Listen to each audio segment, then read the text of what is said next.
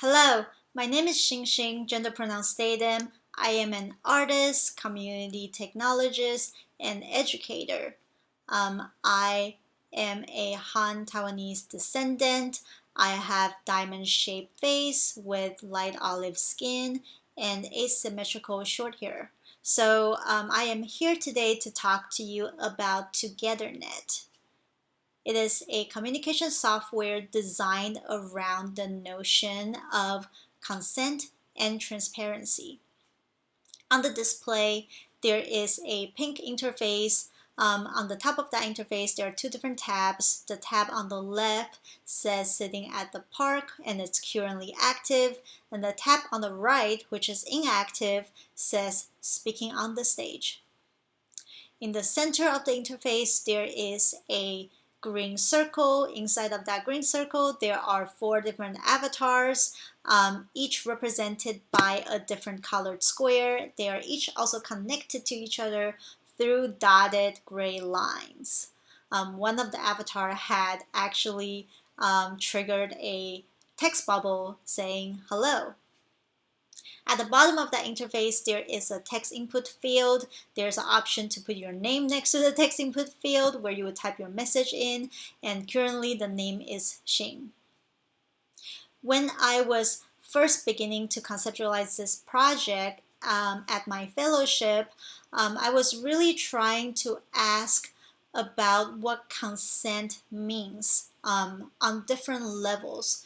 What I am listing out on the display here are 5 different keywords, each in its respective purple text bubble, and they're all connected to each other by white curvy lines.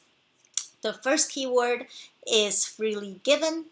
The second one is reversible. The third one is informed. The fourth one is enthusiastic.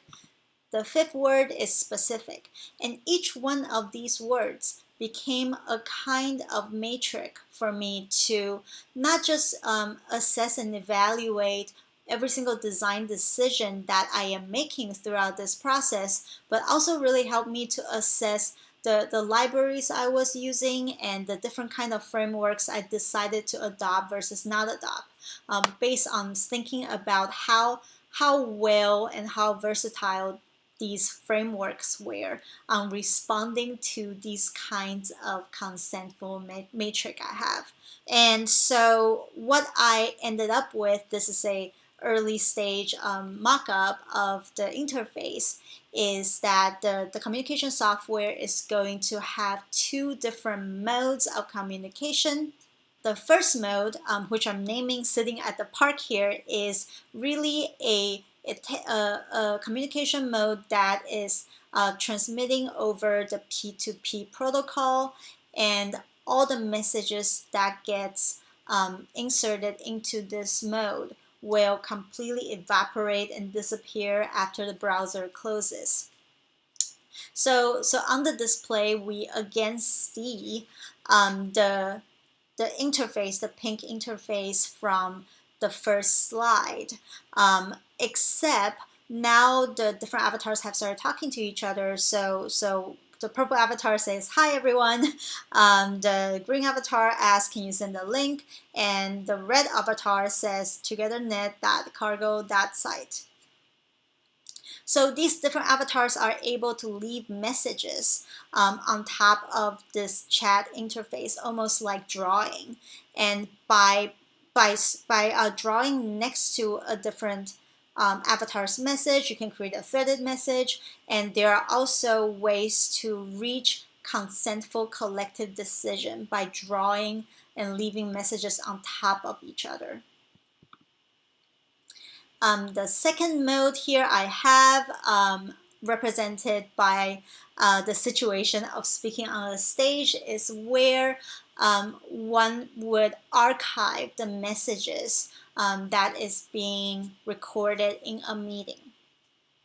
So what we are able to experience on the display here is a white background interface split into half. The portion on the left is representing the archive view, where we're able to scroll through and examine every single messages that has been pushed onto the database that relates and linked to this communication software.